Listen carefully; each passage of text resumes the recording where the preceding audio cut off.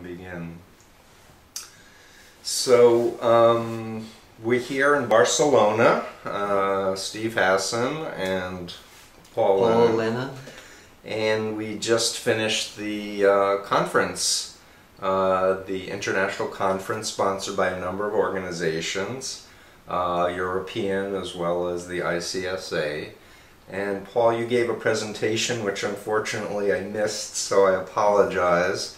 But I'm really grateful that you are taking a few moments to sit with me and tell me a little bit about yourself and how you came to even come to this conference. You were involved with an organization?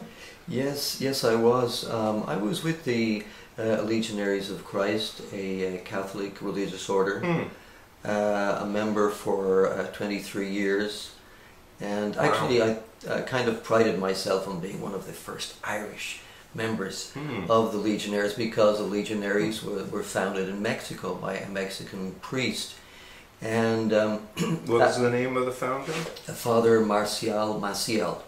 Father Maciel was the person who founded this. And I think what happened, I was in the order for several years, and after I left, I felt really bad. I was in a crisis after I left, and it needed some psychotherapy, some healing.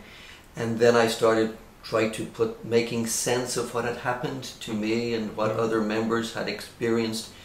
And we were looking for paradigms or some way of explaining that after we got through all the pain of the healing, of course, to some degree. And I'm sure there's a long story. Oh my God, that's a whole other story. Okay. But anyway. But hopefully you'll write a book one day about it. Yeah, well, I did write my little memoir, you know, about, and I'll put that towards the end because the title is a little bit shocking, so I'll leave that to the end. But I think some of the guys I spoke with were saying the idea of this felt like a dysfunctional family. Now these again, we were not into psychological paradigms or sociological paradigms. But one of the guys probably read a book or something. This sounds like a dysfunctional family. And then afterwards, I don't know how, I got in touch with ICSA and the whole idea of cult or cultic organizations. And some of us started to formulate the idea that maybe there were some strange elements in this. And that was very unusual for us as Catholics to even countenance the idea that there could be such a thing inside the Catholic Church, because as Catholics we're aware that cults exist outside the Church.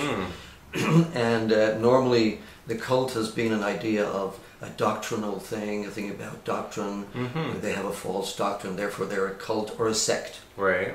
Normally they're called. And not necessarily the behaviors. Exactly. So, and I think we are still trying to educate people about this possibility that we're talking here about behaviors, that we're talking about systems. We're talking about methodology is the word that we have used. We found the word to be kind of compatible to what people would understand, which would mean the method you use to recruit people, to bring in members, the method that you have in your training of members, which of course in our case are seminarians, not just any members, but future priests. This is very important. So in that sense, then you come in touch with the whole Catholic Church, the idea of the hierarchy, of bishops who are supposed to oversee what is happening, and ultimately checks and balances, supposedly, but of course we've heard about the terrible sexual abuse problem that's existed over decades, but hopefully the Church is taking steps to make sure that that people who have problems are not put in places where they can abuse others. Others. Well, that comes right into it in the sense that the Legion of Christ has become the poster boy, not in the good sense of the word, but it has become an example of this bad stuff, because there had always been accusations against the founder. of sexually abusing his seminarians. Really? Yes, and these accusations never really got very far because the accusers were nobody. They were just ex-members. They were just throwaways. And so those accusations never really got very far. And there was a lot of control until two Catholic journalists investigated the order and the founder, and they came up with an article in America. That was the first time that this idea of sexual abuse inside a Catholic order, or inside this specific Catholic order, was made public. Because before that, it had all been handled within the confines of the Catholic Church. That's so interesting to me. Because I live in Boston, and that was my impression. The Boston Globe was the ones who broke the story, but now I hear you say, no, there are Catholic reporters who are there are Catholic reporters, and then of course it's hard to understand the Catholic Church because it's so complex. And you were talking about the diocese, in other words, priests who work actually face-to-face in parishes and say Mass and do all these things that we Catholics do, whereas there are religious orders or special groups of dedicated people within the Church who kind of run parallel to your padre on the street. And this is what it's hard for people to understand. They do have heard about the Jesuits and the Franciscans, and about these. The Legion of Christ is a very new order.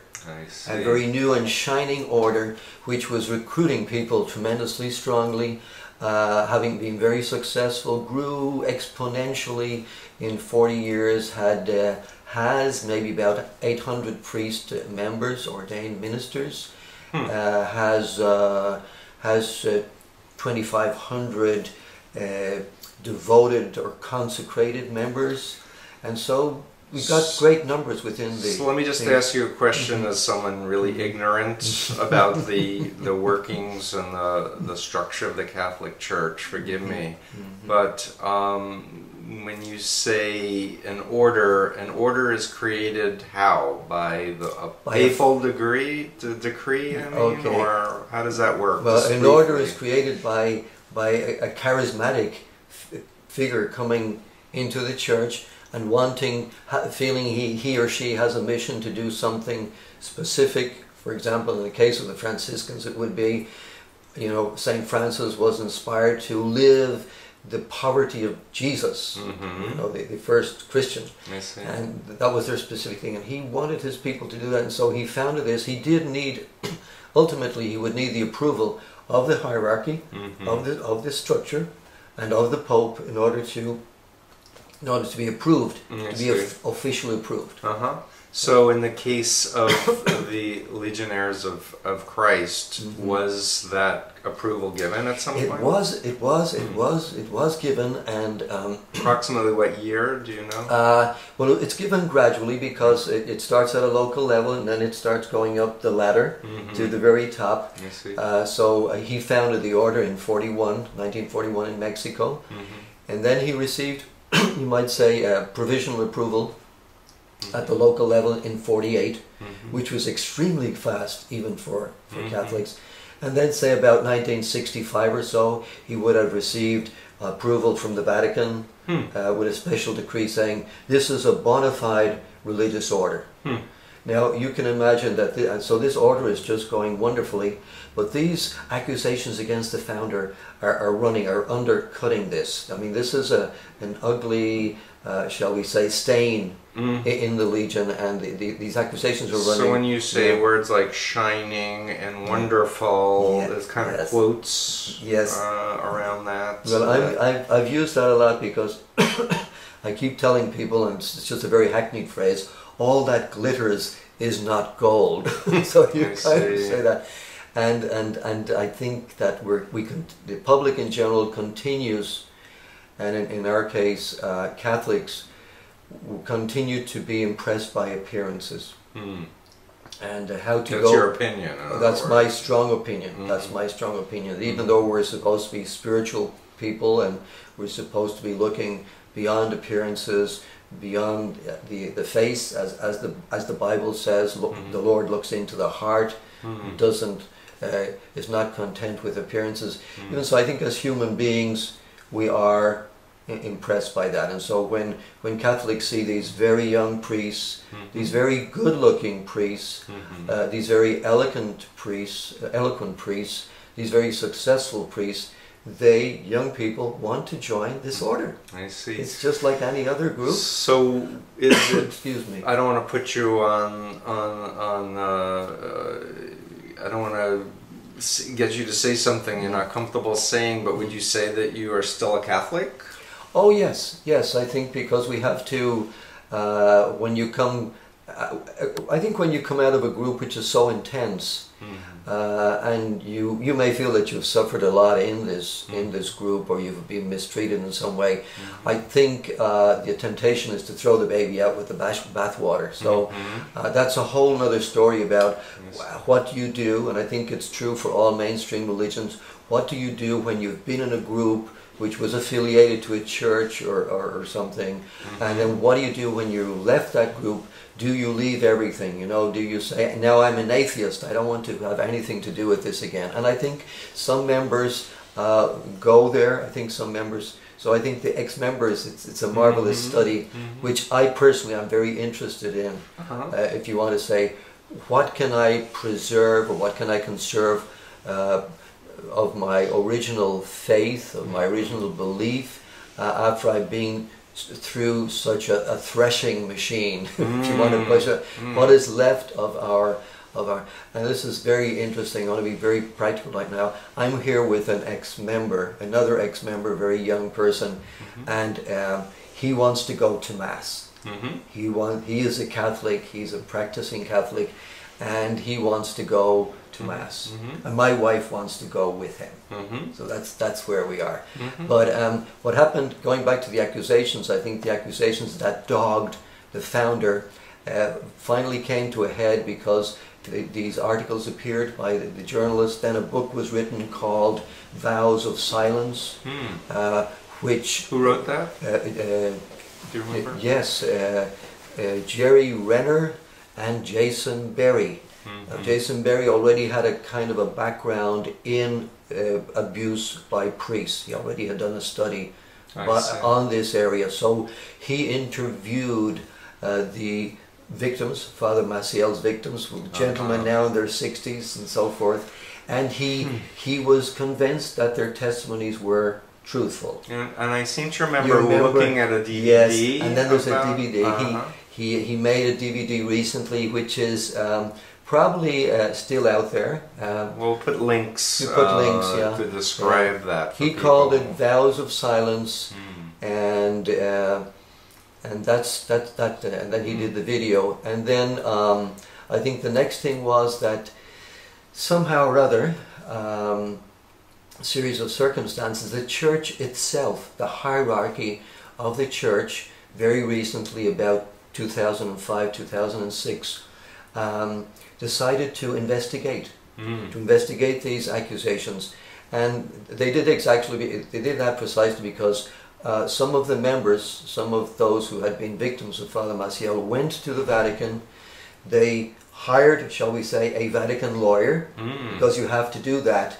You have to go to the Vatican tribunals to have some clout. And so they went the official channel, and it went to one of the departments in the Vatican where Cardinal Ratzinger was head. At that time, the current Pope, he was head of that department at that time. And just as Pope John Paul II was dying, he dispatched a prosecutor to interview the victims. And that is what happened. The prosecutor brought the findings back to the Vatican. The findings were in favor of the victims, but Father Maciel was not really chastised. He was very lightly chastised. Is he still alive? No, he died about 4 years ago. In what year? Oh, jeekers, that's it. I think it's 88. 88. Sorry, 2008. 2008. I think it's 2008. We're tired. We're tired. Yes, and I think the latest episodes in the story of the Legion of Christ have happened very quickly, because there was the investigation by the prosecutor. Then the prosecutor brings a report back to Rome, and by Catholic standards, this is very quick. Because usually, the Catholic Church says we've been around for 2,000 years. We don't do things very quickly here. But this was pretty fast. But this was in the context of all of the lawsuits. I think of the lawsuits and the publicity that was bad. The lack of prestige for the Catholic priesthood, for the Catholic priests, for Catholic ministers, and reflecting poorly on the hierarchy, on the bishops, and ultimately reflecting poorly on the Vatican. So I think it behooved the Vatican to move swiftly in this case. And so after that, then Father Maciel, at that time very old person, nevertheless senior gentleman, he was asked to.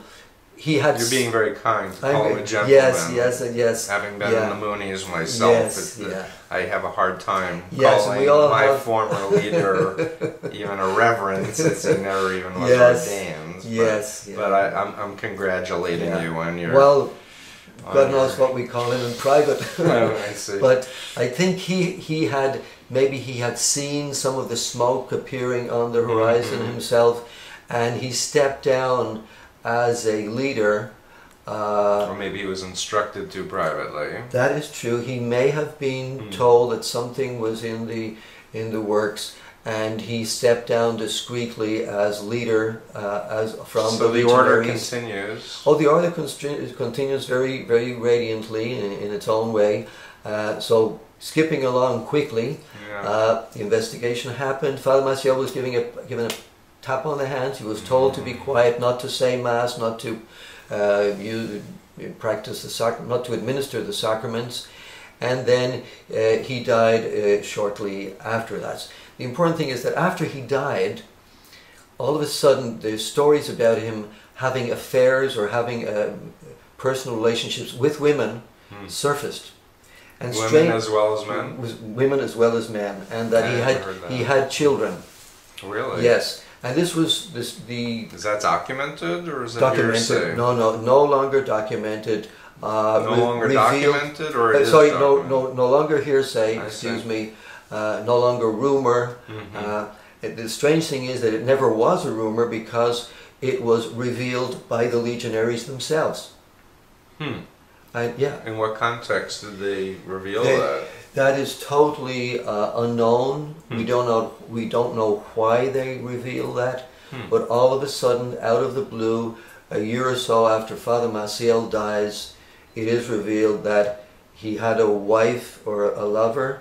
So it's probably a PR move to, try to get ahead of the negativity. That's what's. But let's not speculate. That's okay. That's a fair speculation, because nobody knows why the Legion leadership chose to reveal this to the public in general, and that he had a lover, wife, something, and he had one daughter, and they were living in Madrid, and that he had been paying out of the Legion funds for their apartment in Madrid for years and years and years. So is it fair for me to surmise that you, a former member of 23 years, would feel pretty betrayed and traumatized by your experiences? Well, already I had come to some skepticism of Father Maciel, of the real Father Maciel. I was never one of his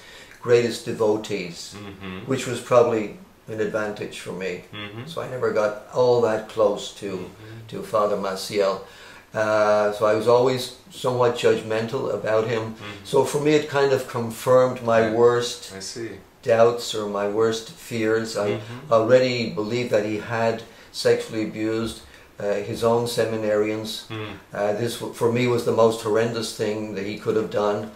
However, for the public and for Catholics, for some Catholics, the thing about him having maybe a wife or sexual relationships with a woman was beyond the pale, was too much, and the fact of having engendered, having given birth to a daughter, and then in Mexico it appears that another lady comes on the scene who says that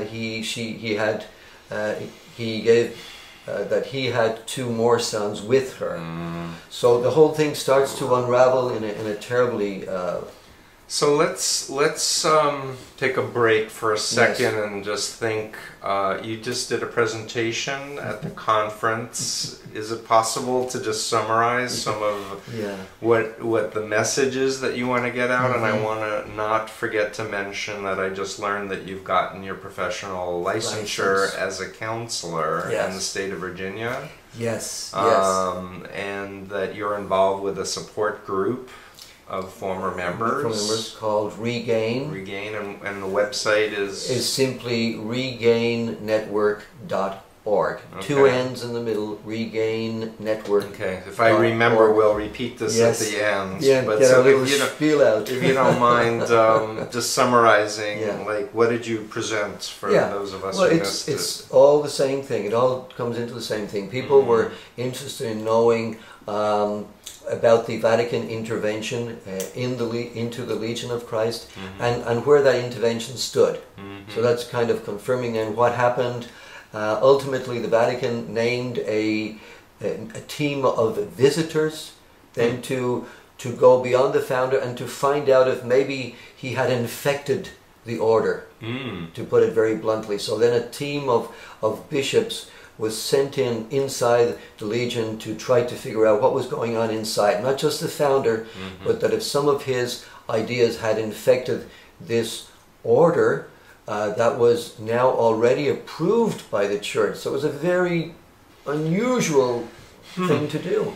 So we talked about some of the founder's inappropriate sexual behaviors, but now you've mentioned some of his ideas that may have infected. Could you just tell me what you mean by that a little bit?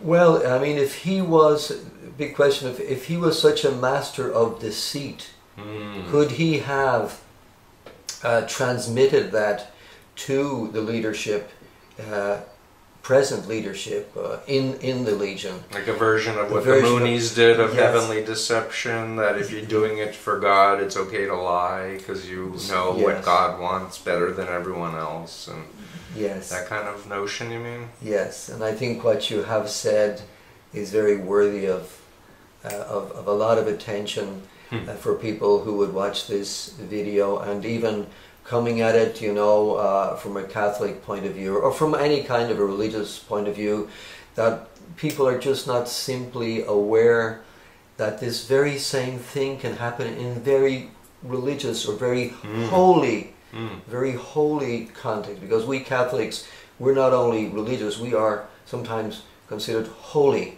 And Father Maciel was a holy man, and I was doing the devil's work by questioning him. Devil with quotation marks. Exactly. Yes. But like I was the devil for criticizing Moon because he claimed he was the Messiah, and I said he wasn't, and he was a liar, and he too was sexually inappropriate according to former victims and people who were involved. It's interesting how power corrupts. And when people get to that level of authority where they claim to know what God wants, they do all kinds of abusive behaviors on others. And I'm just noticing that I haven't let you talk a lot. No.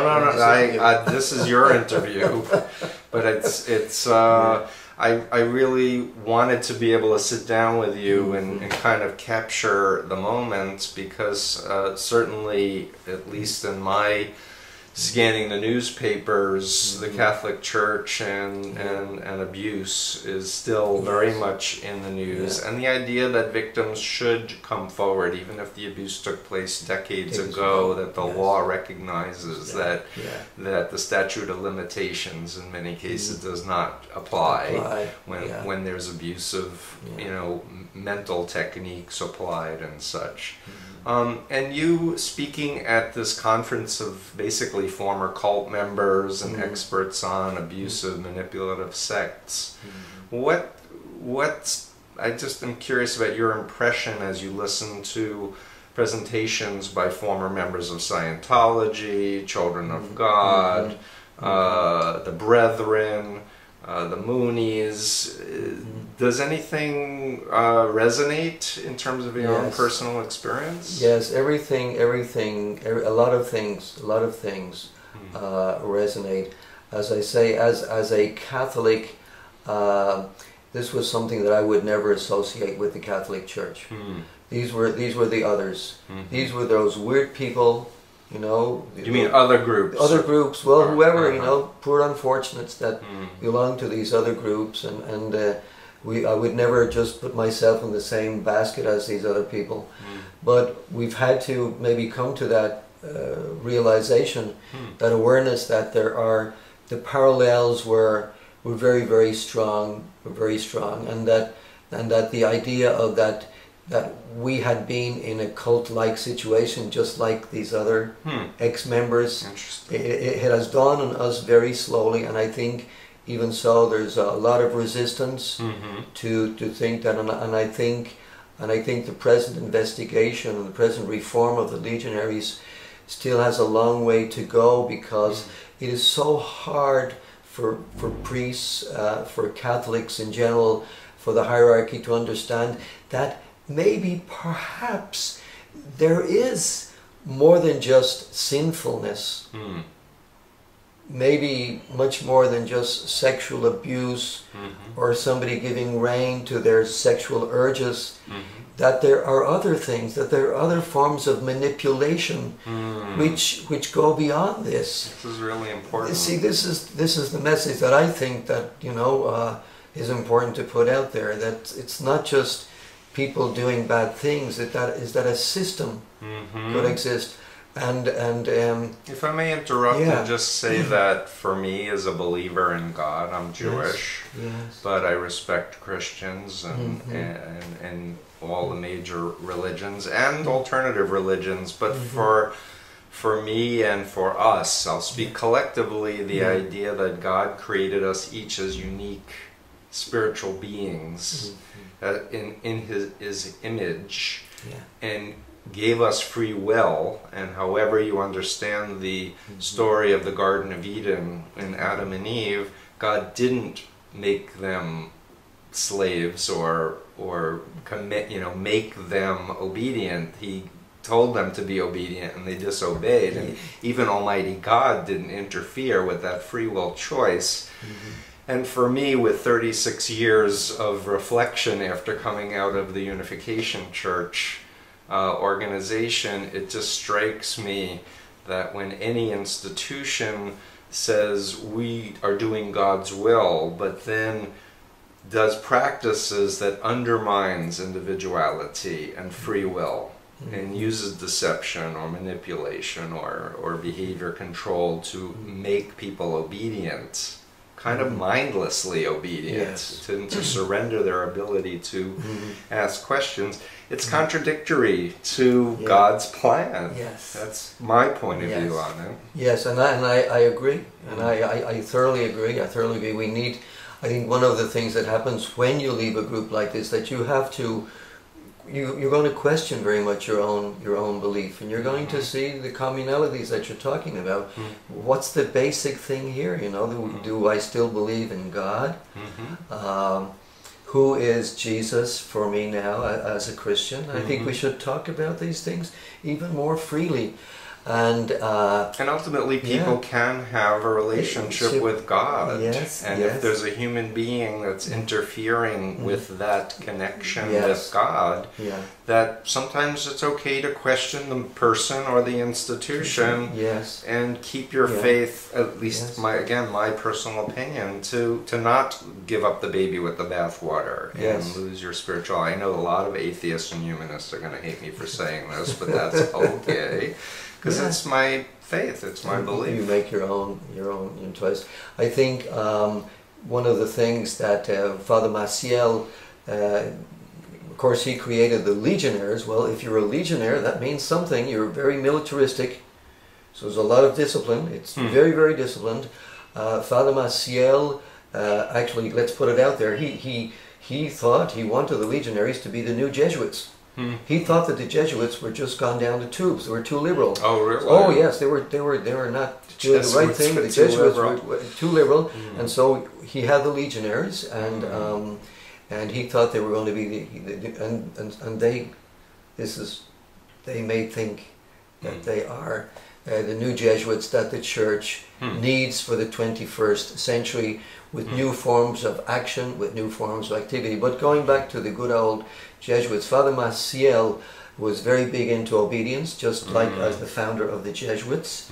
Saint Ignatius of Loyola was very strong into obedience, and Father Maciel, when he described our obedience, it was to be heroic obedience. We had to obey our superiors heroically, even if they asked us to do heroic things. And he also had a clause about it being blind and unquestioning. Now, of course, he wrote that in Spanish, obediencia ciega, which means blind obedience. When, of course, he came to the United States and founded in the United States, he changed that, he nuanced that a little bit, because Americans are not really big into blind obedience. So he changed that to motivated obedience. But it was the same thing. But was it also secretive? Yes. Wasn't there like things inside that even other Catholics shouldn't be told about? That I found was really interesting. Yes, he created a private vow never to criticize your superior. That sounds like many other groups that I deal with. Now, the interesting thing is that after the Vatican investigation and interventions, it seems that the Vatican kicked that out. Kicked out the private vow, which he had created maybe to protect himself, because he was afraid that he would be criticized again. But so we've come full circle. That's where we are. We're in the news. The Legionaries are in the news because right now the apostolic delegate appointed by the Pope is still with the Legionaries, and he has decided to draw up 3 special commissions to reform the order from the inside. There has been no outside observers. There has been no independent investigation. It has all been done by the Church itself. That's kind of scary to me. And one last thing as we wrap up, you mentioned this morning at breakfast that you had actually been threatened with a lawsuit or sued? There was, yes. I think it may have come to the attention maybe of even some bishops, or maybe the hierarchy itself, that some lawyers representing the Legion of Christ had sued me and my little organization in 2007 or something like that. And this was, I think, was very unusual for that to happen, for a religious order. It must have been shocking for you. I was certainly shocked. I think... and you were sued for what exactly? I think it was the whole idea that I had taken certain you might say, secret documents, or perhaps certain proprietary documents they were called, and that I had made them public without permission of the organization. Really? So, yes, and this was it was a very clever lawsuit in the civil court in Virginia, in the city of Alexandria. Civil court. So it was done through civil court. So it was not a question of freedom of expression or anything like that. It was a very specific tenet. You might say very abstruse or obscure, excuse me, very obscure tenet of Virginia law, which was looked into to accuse us of stealing these personal letters of Father Maciel, for example, and his institution, and wanting to make them public. It reminds me of former Scientologist friends of mine who took the secret teachings of Scientology and put it on the internet, and they were sued for copyright violation, which was basically Scientology's effort, in my opinion, to do information control, because they charge a lot of money for people to go up the bridge, they call the bridge to total freedom, and get access to this information and such. Of course, the former members weren't trying to make money off of sharing these documents, they just wanted to warn the public. But the group basically used copyright law, won the lawsuit against the former members, thinking they would be able to suppress the information publicly, and not realizing that in the Netherlands that they are much more thoughtful about protecting the public good. Oh. So all of these documents that were basically certified as Scientology's secret teachings are now on the internet. Oh my goodness. Based in the Netherlands, Yes. and so Scientology lost that. Mm-hmm. It won the battle, but lost the war in terms of Yeah. information control. So when you tell me that they were trying to sue you for sharing some documents that prove some of his improprieties, I presume, it just reminds me of that. I don't know what was in the Catholic Church's mind when they were doing this lawsuit, but is the lawsuit still outstanding? No, and there again, as a good Catholic, I have to correct you that it was not really the Catholic Church that brought this lawsuit against me, but the Legionaries of Christ. So it was, a recognized order, exactly, of the Catholic Church that brought a lawsuit against one of their former members. No, we were able to reach a settlement, and I think in that sense I can commend the Legion in that sense, for even though they sued me, then we came to an amicable settlement, you might say, and we didn't have to pay any more expenses than our lawyers, thank goodness. There was no more money. They should have paid for your lawyers. But we scrambled around. It was one of the most harrowing years of my life, when I had to scramble around looking for money to pay the lawyer. And but there again, beautiful things happen in terrible circumstances, and these anonymous people, Catholics, came out of the woodwork and sent me little donations, and these little donations amounted to $38,000, which was enough for me to pay my lawyer. The Legion relented, shall we say, in its lawsuit at that time, for whatever reasons. They probably rightfully realized that they were going to make more bad attention on themselves. Maybe. When you file a lawsuit, it becomes public, and then it doesn't look good that you're bringing a lawsuit against some of your former members. And, you know, frankly, Scientology, in my opinion, abused the legal system so much that eventually the judges in the United States, at least, became, you know, just really understood the doctrine of fair game, the idea that you could lie and steal and trick, even though Scientology officially says they stopped the policy. We have former leaders who've left who say, oh no, it's still going on. But the point is the legal process is I think groups are using it less because they realize with the internet it can be a lot of bad PR, and it could bring members and other ex-members and victims forward, and they don't want that, so it's better to settle and, you know, hush it up. But you still are involved with regainnetwork.org. Yes, I'm still with them. So it's a very small organization, really. You know, I'm of no pretensions. I haven't been able to personally work or therapeutically with anybody because I did not have a proper license. So basically, I've just been trying to put the word out. I try to connect people. Kind of as a consultant. Kind of consultant kind of thing, mostly. Refer people. Try to build some liaisons or some relationships with different groups. Make people aware that there are some experts in the field who might be able to help them as families. They don't need to come to me. There are certain experts or people out there who can help them when the families are suffering so much because of their children being in the groups. And I think this has been a common thread, I think, all down the years with groups or high pressure groups or whatever we want to call them, that the parents are the ones who suffer terribly. So we're kind of wrapping it up, but now you're introducing the whole another element, which is that families whose loved ones get recruited into Legionnaires of Christ, is it fair to say that they feel like a disruption of the relationship has taken place in a negative way? In a negative way. And let me just put this out here too. The Legion of Christ has a parallel, besides being a religious order, it has a movement, a lay movement, parallel to the to the religious order group, which is called Regnum Christi. Regnum Christi.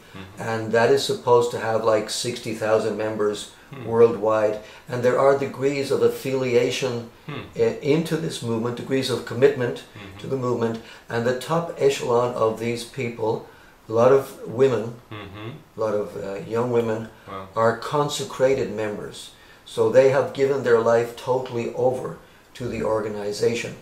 And they're, you might say, the silent majority, which we don't hear about. This is the group that is parallel to the Legionaries, which would be several hundred, perhaps, consecrated. By that I mean totally dedicated, celibate women. I was going to ask, do they get married? Celibate men and women, celibate men and women who... Are they like volunteers for the They group? are volunteers, and they, for example, may be running schools, because the Legion has a lot of schools in the even in the Catholic in the United States, has elementary schools, middle schools, high schools, has some colleges, even a college, I believe, a couple of colleges around there now, and of course they have big universities, one big one in Rome.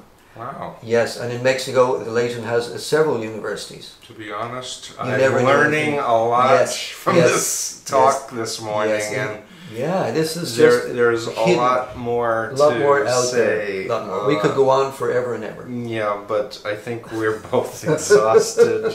I'm just going to ask you if there's any last words for anyone watching this, whether it's someone who knows nothing about the organization, someone who's currently involved, someone who maybe is a former member, or any last words you'd like to share, please do.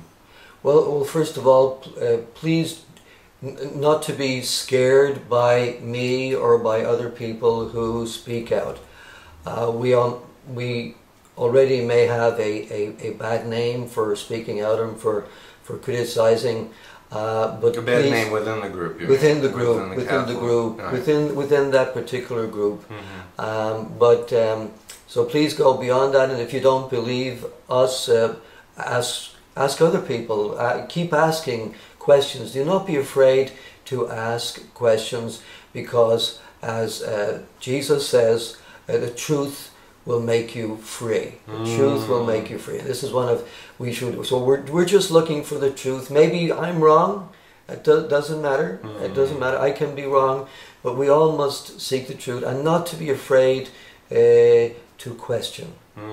Thank you so much, Paul. Thank you, Steve. Thanks for having me and for allowing me to ramble on. Well, we went longer than we had planned, but I have a feeling we could have gone for hours. So, but hopefully this will pique people's interest. They'll go to regainnetwork.org, maybe look up Vows of Silence, maybe see the video, and if they want to talk with you, they can find you on the internet. Absolutely. And potentially have a consultation with you. Yes, exactly. Okay. Thanks, everybody. Thank Bye. you.